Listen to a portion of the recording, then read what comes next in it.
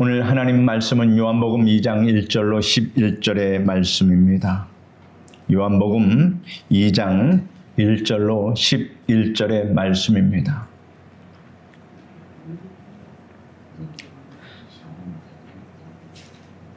요한복음 2장 1절로 11절 말씀을 제가 읽어드리겠습니다.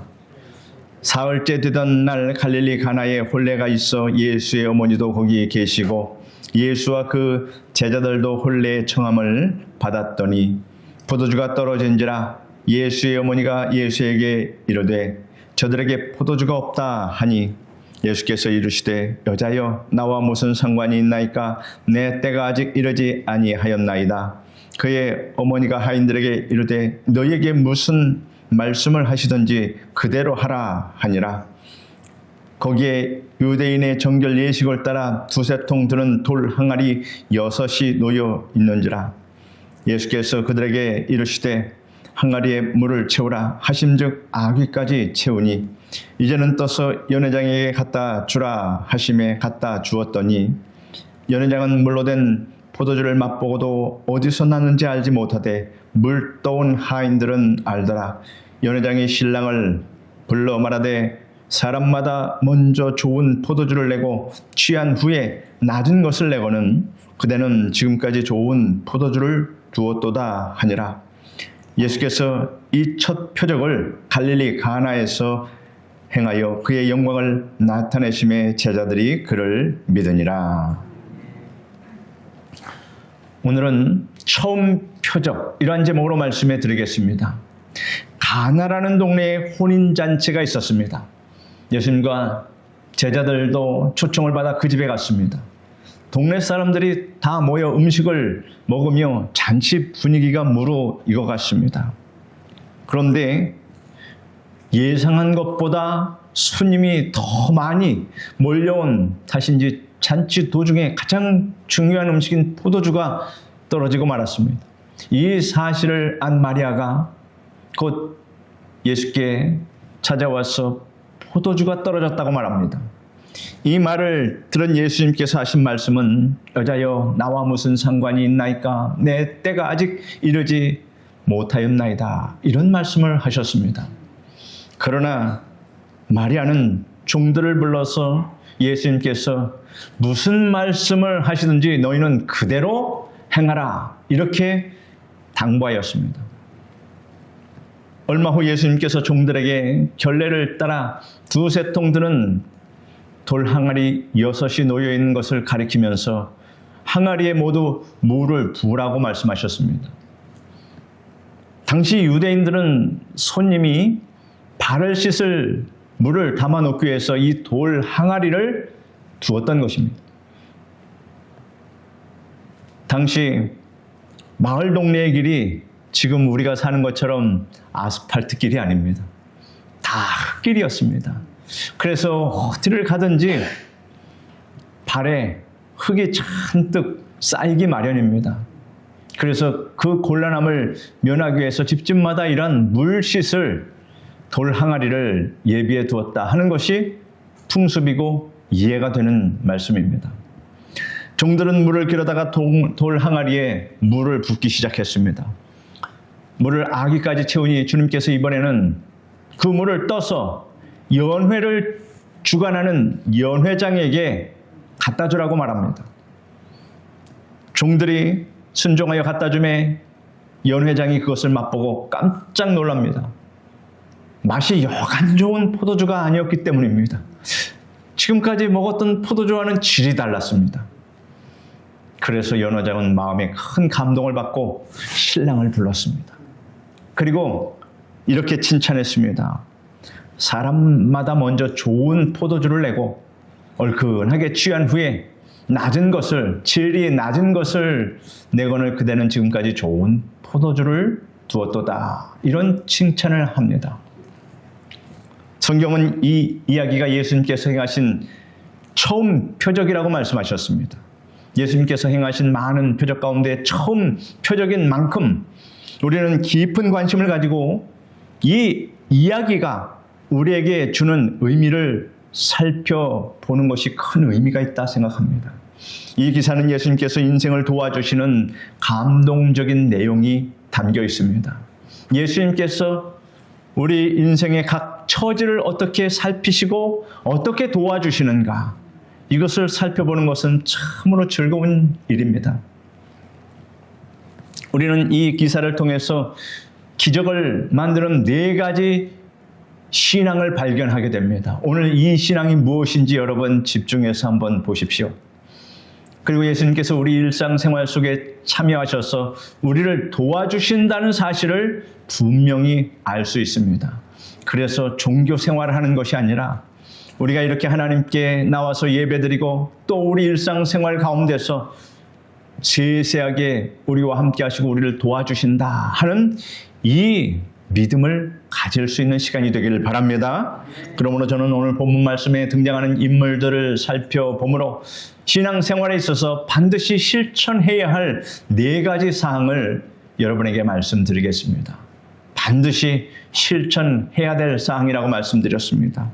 첫째는 우리는 신혼부부로부터 영접하는 생활을 배워야겠습니다. 이 혼인잔치집에 다가온 문제가 기적적으로 해결될 수 있었던 것은 신혼부부가 예수님을 모셔드렸기 때문입니다. 갑자기 포도주를 어디서 만들어 옵니까? 만일 이 신혼부부가 예수님을 초청하지 않았더라면 포도주가 떨어짐으로 해서 참 낭패를 당하고 또 수치를 당했을 것입니다. 손님들은 뭐 이런 잔치가 다 있을까? 이런 불평을 마음속으로 또 아마 입 밖으로 성격이 급한 사람들은 내뱉을 수도 있습니다. 상황이 예상이 됩니다. 잔치집에 기분 좋게 먹다가 음식이 떨어지면 마음이 상하는 것은 뭐 이해할 수 있는 일입니다. 그러나 예수님을 초대하고 영접해 놓았기 때문에 이 어려운 문제가 해결될 수 있었다 하는 이 사실을 우리가 발견해야 합니다. 기독교인의 신앙생활이란 예수님을 영접하는 데서부터 시작이 된다 하는 것입니다. 요한복음 1장 2절에 영접하는 자, 곧 그 이름을 믿는 자들에게는 하나님의 자녀가 되는 권세를 주셨으니 라고 말씀하고 있습니다. 그러므로 여러분이 하나님의 자녀로 끝난 것이 아니라 더 중요한 것은 자녀로서의 권세를 획득했다라는 것입니다. 우리 어린 자녀들이 항상 내 부모가 아주 큰 회사의 회장님이었으면 어쩔까 하는 그런 바람을 갖고 있습니다. 그래서 출생의 비밀을 말해달라고 하는 경우가 많이 있습니다. 그렇지만 그것이 꿈이지 실생활이 아닙니다. 만약에 진짜 그런 일이 일어난다면 돈 많은 부자의 회장님의 아들이 바로 너였다 하면 그 이름만 호적에 올라가겠습니까? 회장으로 받은 모든 물질의 권세, 사회 지위의 권세까지 다 받는 것입니다. 그런데 어디 회장뿐입니까? 우리 전능하신 창조주 하나님께서 영접하는 자에게 하나님의 자녀가 되는, 그리고 권세를 주시는 이러한 복을 우리에게 주셨는데 이것보다 큰 것이 어디 있겠습니까? 여러분은 이러한 자녀의 권세를 다 받으셨습니까? 받은 줄 믿습니다. 예수님을 영접하지 않는 사람은 기독교인으로서의 신앙생활을 할 수 없습니다. 하나님의 자녀가 아니기 때문입니다. 그런데 예수님을 영접하지 못할 사람은 아무도 없습니다. 왜냐하면 예수님께서 아무도 차별하지 않습니다. 가진 것이 없다고, 건강이 약하다고, 볼품이 없다고, 그런 차별을 예수님은 안 하신다 하는 것입니다. 남녀노소 빈부귀천 막론하고 누구든지 예수님을 영접하기만 하면 예수님께서 기꺼이 그 생애에 찾아오셔서 함께해 주십니다. 인간에게 있어서 무자격이, 나는 자격이 없습니다, 나는 염치가 없습니다, 이것이 바로 예수님을 영접할 수 있는 자격이 된다 하는 것입니다. 자신을 겸손히 낮추는 사람은 더 하나님의 은혜를 받습니다. 나는 자격이 있습니다, 나는 사회적인 지위도 있고 권세도 있고 물질도 이만하면 충분합니다 라고 말하는 사람은 예수님께서 찾아오기 어렵습니다. 교만한 사람은 예수님이 물리치십니다. 그러나 저는 자격이 없습니다. 그렇지만 주님께서 저를 불러주심으로 기쁘게 주님을 영접합니다. 라고 말하는 사람은 하나님께서 함께하여 주시고 그 인생을 도와주십니다. 여러분이 예수님을 영접하기 위해서 예수님을 여기저기 예수님이 어디 계신가 찾아다닐 필요가 없습니다.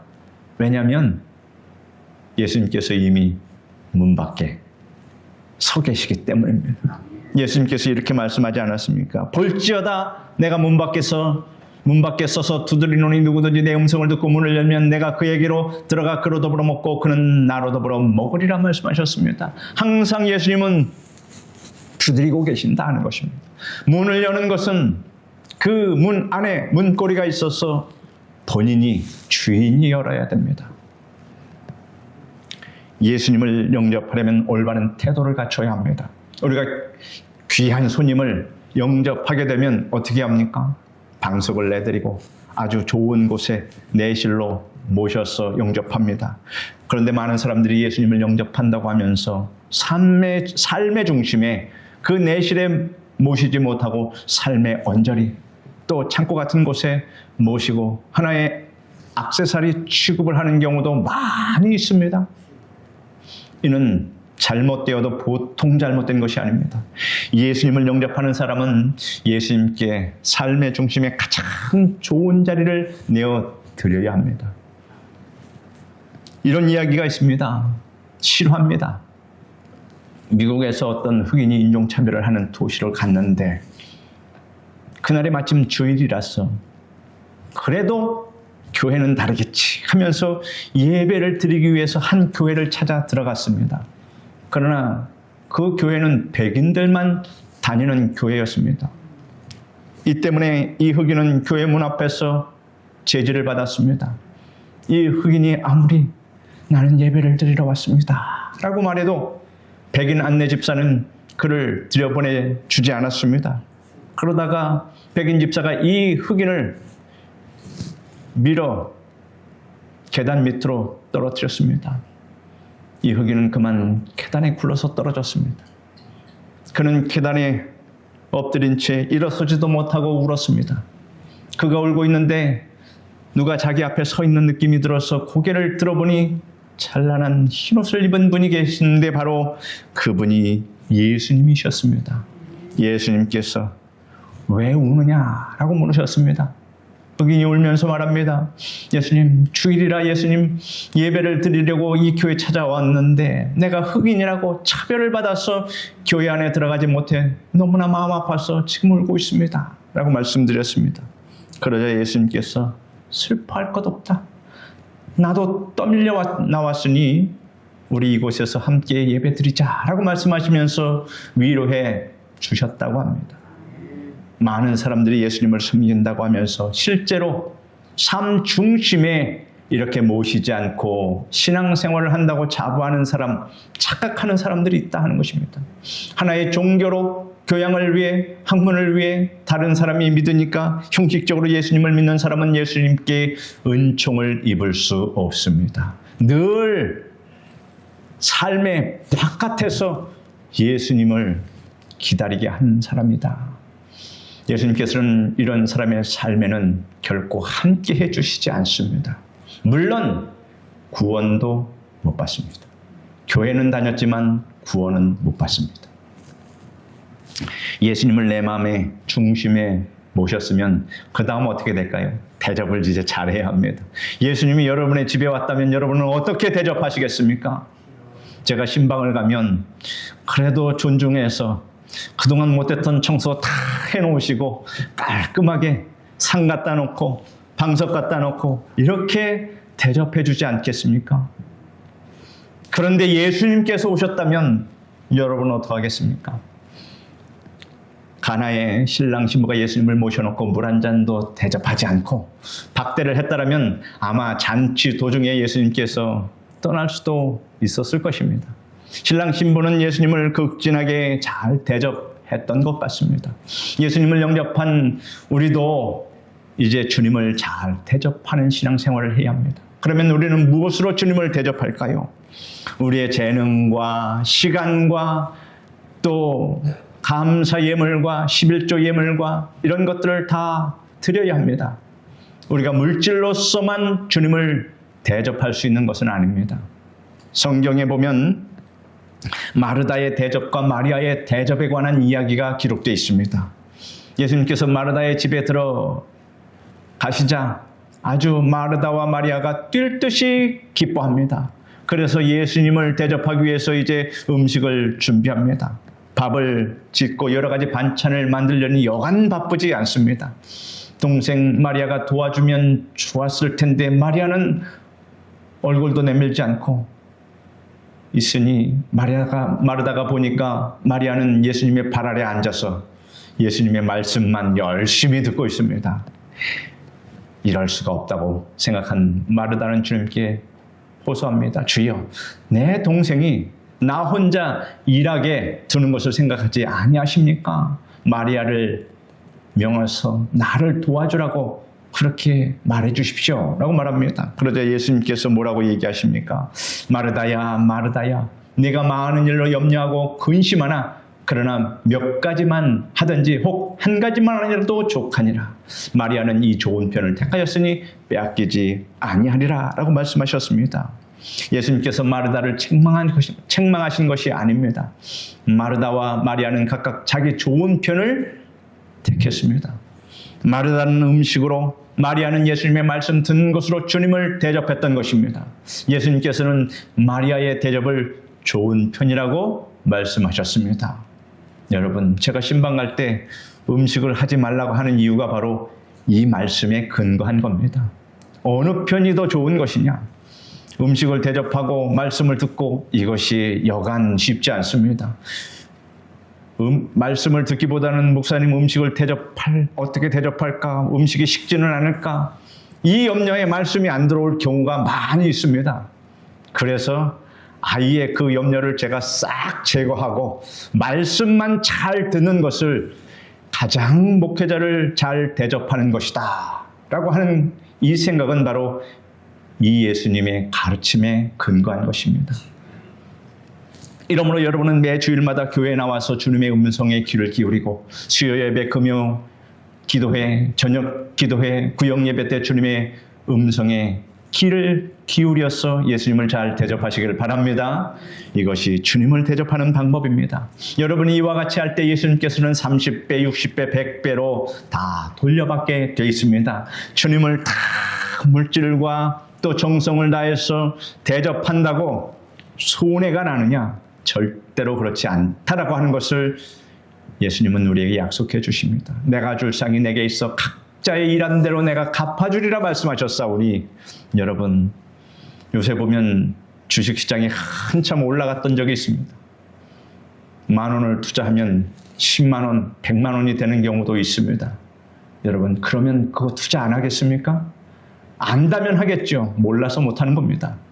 그런데 우리는 성경을 통해서 하나님께 드리면 그것이 60배, 100배, 1000배, 10,000배로 돌려받는다는 하나님의 약속이 있기 때문에 이것은 반드시 실행해야 할 그러한 좋은 정보라고 하는 사실을 알려드립니다.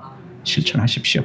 예수님께서 그 혼인잔치집에서 음식을 잡수셨다면 여러분 얼마나 예수님께서 잡수셨겠습니까? 그런데 예수님께서 5마씩 들어가는 항아리 6개의 최고급의 포도주를 아주 가득 채워 주었습니다.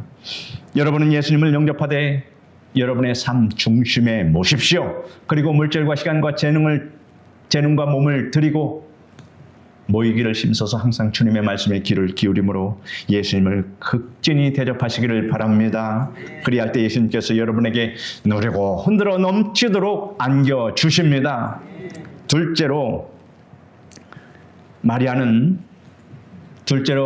우리는 마리아로부터 믿음의 생활을 배워야 합니다.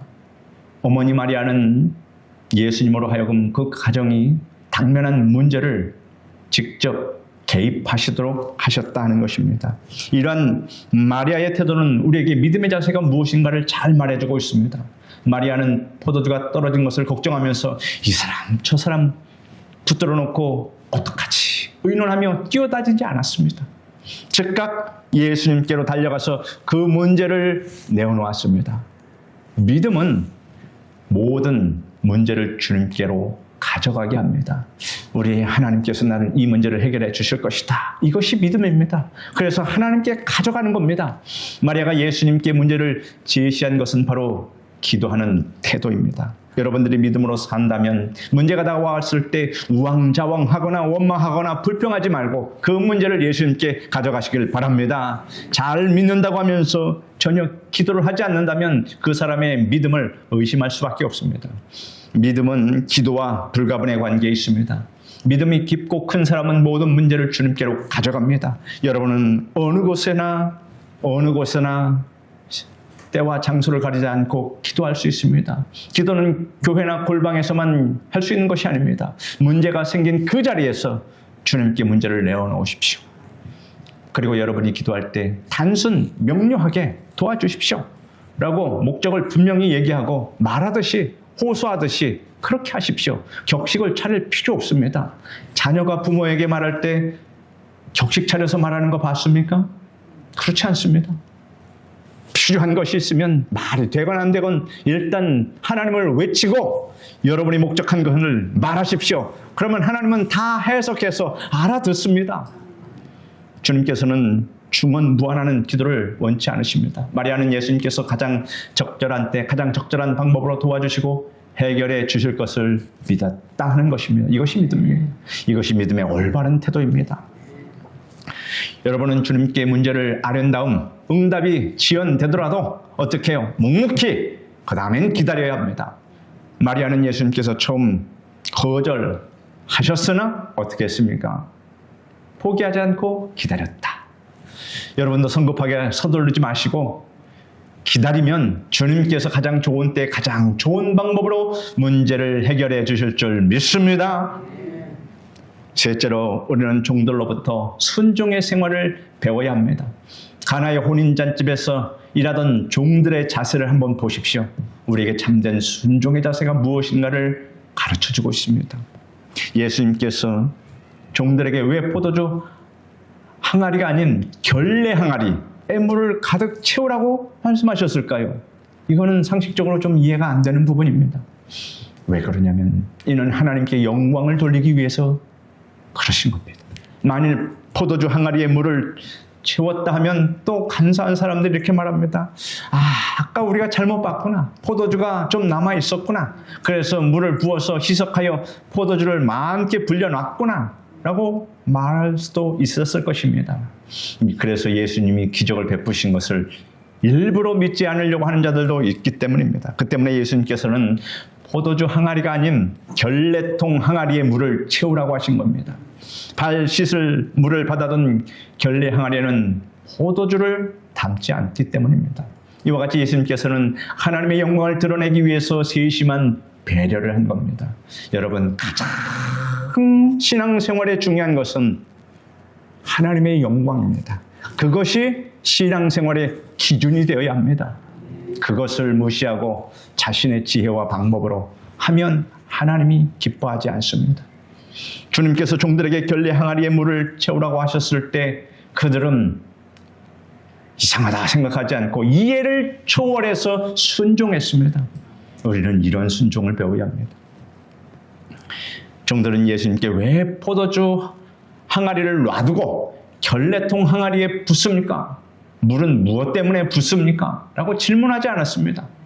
그들은 이 일을 제기하거나 판단하지 않고 그저 주님의 말씀에 이해가 안 돼도 순종부터 했습니다. 온전한 순종이란 주님의 뜻을 판단치 않는 것입니다. 인간의 얕은 지식을 가지고 하나님의 말씀을 판단하는 사람은 어리석은 사람입니다. 순종은 이해를 초월해서 받아들이는 것이 순종입니다. 그리고 종들은 다른 사람들을 의식하지 않았습니다. 종들은 예수님께서 결례 항아리에 물을 채우라고 하시자 물을 아기까지 채웠습니다. 그러자 예수님께서 그것을 떠서 연회장에게 갖다 주라고 하시니 또 그대로 순종했습니다. 결례통에 물을 떠서 연회장에게로 운반하는 그들은 비록 주위 사람들이 이상히 여길지라도 이를 상관치 않고 그냥 묵묵히 시행했습니다. 그들은 주님의 그 말씀에 100% 의도를 알고 협력했다 하는 것입니다. 여러분이 주님의 말씀을 받을 때 인간의 지혜나 이성으로 판단하거나 다른 사람을 의식하지 않고 끝까지 묵묵히 실천함으로써 주님의 의도에 협력할 때 온전한 순종이 되어서 문제가 해결받는다라고 하는 이 믿음을 가지시길 바랍니다. 넷째로 우리는 연회장으로부터 증거하는 생활을 배워야 합니다. 연회를 주관하는 연회장은 종들이 가져온 물로 된 포도주를 맛보았습니다. 맛을 확인했습니다.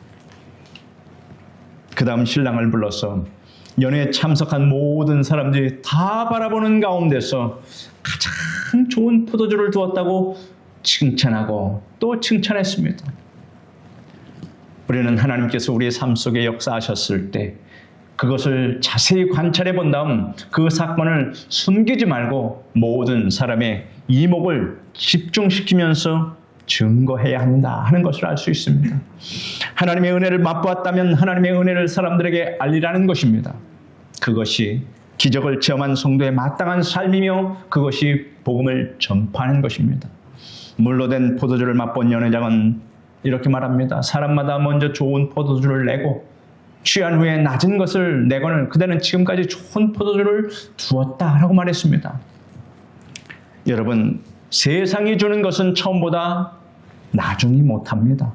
주님을 영접하지 않은 사람은 세상에 사는 동안 호의호식을 한다고 하더라도 끝내 지옥으로 갈 수밖에 없기 때문에 나중에 비참한 결말을 맞게 된다는 것입니다. 끝이 안 좋습니다. 그러나 예수님을 영접한 사람은 처음보다 끝이 좋습니다. 오늘은 어제보다 낫고 내일은 오늘보다 낫고 내년은 금년보다 나아지며 내세는 금세보다 낫습니다. 천국은 이 땅보다 낫습니다. 그러므로 사도 바울은 같이 읽겠습니다. 하나님을 사랑하는 자, 곧 그 뜻대로 부르심을 입은 자들에게는 모든 것이 합력하여 선을 이루느니라 라고 고백합니다. 예수님께서 우리에게 이렇게 약속하십니다. 너희는 마음에 근심하지 말라. 하나님을 믿으니 또 나를 믿으라. 내 아버지 집에 거할 곳이 많도다. 그렇지 않으면 너희에게 일렀으리라. 내가 너희를 위하여 처소를 예비하러 가노니 가서 너희를 위하여 처소를 예비하면 내가 다시 와서 너희를 내게로 영접하여 나 있는 곳에 너희도 있게 하리라 라고 말씀하셨습니다. 이러므로 예수님을 영접한 사람은 점점 나아지는 것입니다. 가나의 혼인잔치에 관한 기사에 등장하는 신랑, 신부, 어머니, 마리아, 종 그리고 연회장은 우리가 신앙생활에서 반드시 실천해야 할 사항들을 가르쳐주고 있습니다. 우리는 신랑, 신부를 통해서 예수님을 전폭적으로 영접의 생활을, 또 마리아를 통해서 확고한 믿음의 생활을, 또 종들을 통해서 온전한 순종의 생활을, 연회장을 통해서 담대한 복음 증거의 생활을 배울 수 있었습니다. 이것이 오늘 제가 여러분에게 전해드리는 말씀의 핵심 요지입니다. 사랑하는 성도 여러분, 여러분이 예수님을 구주로 영접하고 주님을 전폭적으로 믿고 주님의 말씀에 온전히 순종하고 하나님의 은혜를 체험한 바를 증거하고 주님을 찬양하며 살아갈 때 주님의 도우심을 얻고 날이 갈수록 더 풍성하고 깊은 은혜를 체험하게 됩니다. 오늘 이 설교를 들으시는 여러분에게 이러한 은혜가 여러분의 삶 가운데 날마다 풍성하기를 우리 주 예수 그리스도의 이름으로 간절히 축원드립니다. 기도하겠습니다. 거룩하신 하나님 감사합니다. 오늘 하나님께서 우리에게 신랑과 신부를 통해서 또 어머니 마리아를 통해서 또 종들을 통해서 연회를 주관하는 연회장을 통해서 어떠한 가르침을 주셨는지 이 말씀을 통해 살펴보았습니다. 이 말씀이 우리 성도들의 마음에 새겨져서 하나님 이와 같은 실천할 수 있는 신앙들을 갖게 하여 주시옵소서. 예수님의 이름으로 기도드립니다. 아멘.